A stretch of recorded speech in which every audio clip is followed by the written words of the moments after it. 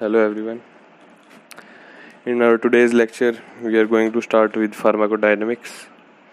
It is the concept in which what a drug do to the body. In pharmacokinetics, we learnt what our body do to drug. In pharmacodynamics, we are going to learn about mainly two concepts, which are affinity and intrinsic activity of drug. Affinity is the ability of a drug to bind to receptor, and intrinsic activity is the ability of a drug to produce its action. Now, what are the type of drugs on the basis of intrinsic activity? There are mainly four types: agonist, partial agonist, inverse agonist, and antagonists. As from numerical value, you can see agonists are +1, partial agonists are 0 to +1, inverse agonists are -1, and antagonists are 0. Or we can say that agonists have maximum activity, partial agonists have sub-maximum, inverse have opposite action, and antagonist will block the action. Now from this equation you can see that drug plus receptor equals to action, as we all know. In this, the plus sign shows the affinity and the arrow sign shows the intrinsic activity of drug. Now about the classification of receptors. Receptors are also classified in four. First, inotropics. These are the ligand-gated channels in which the channels open and molecules move inside. These are the fastest working receptors. These include GABAergic and N-methyl D-aspartate receptors, nicotinic, and 5-HT receptors. Second are enzymatic receptors. Enzymatic receptor, in this most common enzyme is tyrosine kinase. For these example, there are a mnemonic, which is PIG, prolactin, insulin, and growth hormone. These are the hormones which have enzymatic receptors. Mnemonic for them is PIG. Now about the G-coupled protein receptors. For these we have a mechanism as shown in the picture. Here epinephrine is a ligand and beta adrenergic is a receptor. As when epinephrine binds with beta adrenergic, the system got activated, and this serpentine receptor, this is known as serpentine receptor, this will activate the G-coupled protein. Here G-coupled protein have three parts: alpha, beta, and gamma. Alpha was earlier attached with low molecular energy protein, low molecular energy, which is GDP, and after activation it will attach to GTP. After activation it will go to AC adenylyl cyclase, where with the help of alpha, AC will convert ATP to CAMP. After activation, alpha again goes with GTP to the G-coupled protein, and CMP will form protein kinase A, and with the help of enzyme phosphate. After work of adenylyl cyclase, alpha got its earlier low energy molecule GDP. Example for these are adrenaline and dopamine. The fourth one is intracellular receptors. These are the slowest working receptor present inside the cells. These are mainly of two types: cytoplasmic and nuclear receptors. For cytoplasmic we have mnemonic, which is CD drive.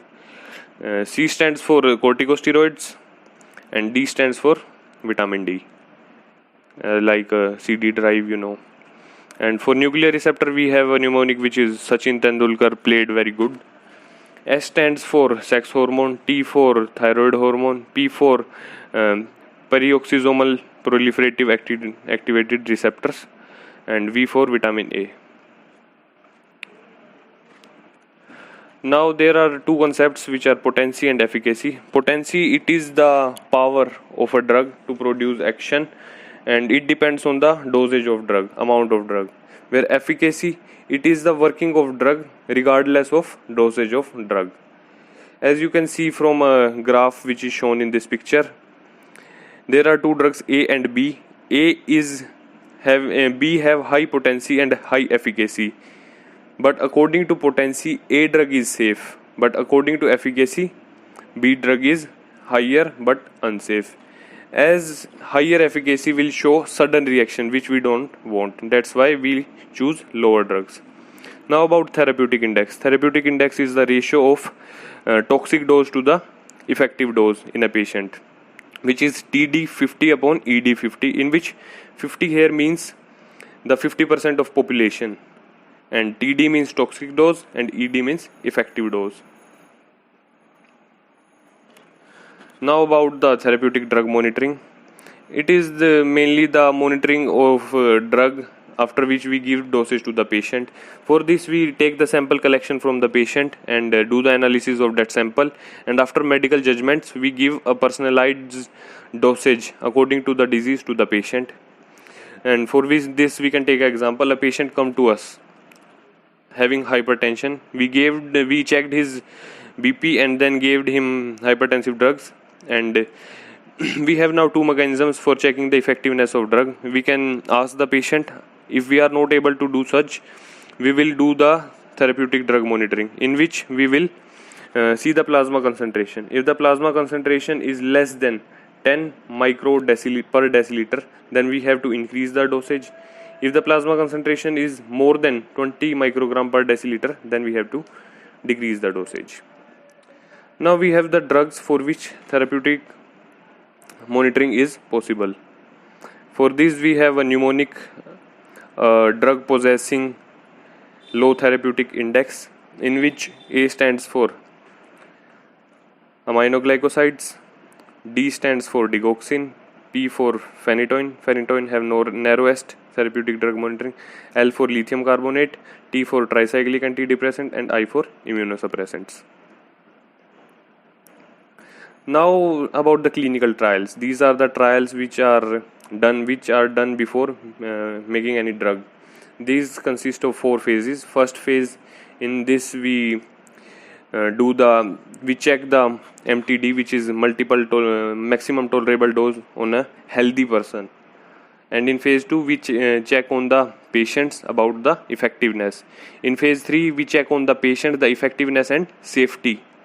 And in phase 4 we check about the risk and the benefits and the side effects of the drug.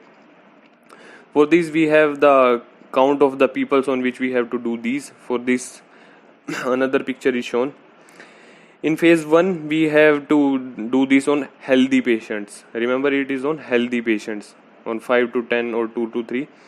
And in phase 2 we can do it on patients, of 150 to 100 patients. In phase 3 we can do it on 500 to 1000 patients, and in phase 4 we can do it on multiple companies and on the genetic level at 2000 to 20,000 peoples.